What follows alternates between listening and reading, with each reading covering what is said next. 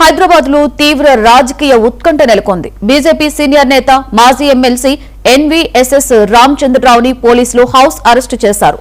తార్నాకలోని ఆయన నివాసానికి చేరుకున్న పోలీసులు రామచంద్రరావుని బయటకు రాకుండా గృహ నిర్బంధంలో ఉంచారు.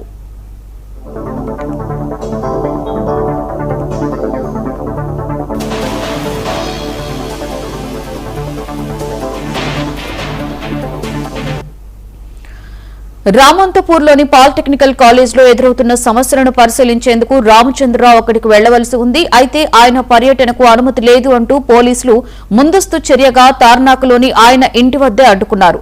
కాలేజీకి వెళ్లేందుకు ప్రయత్నించగా పోలీసులు ఆయనను అదుపులోకి తీసుకుని గృహ నిర్బంధం చేశారు.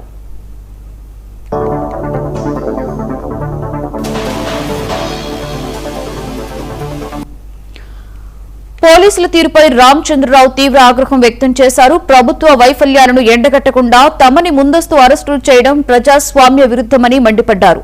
ప్రస్తుతం రామచంద్రరావు నివాసం వద్ద ముందస్తు జాగ్రత్తగా భారీగా పోలీసు బలగాలను మోహరించారు.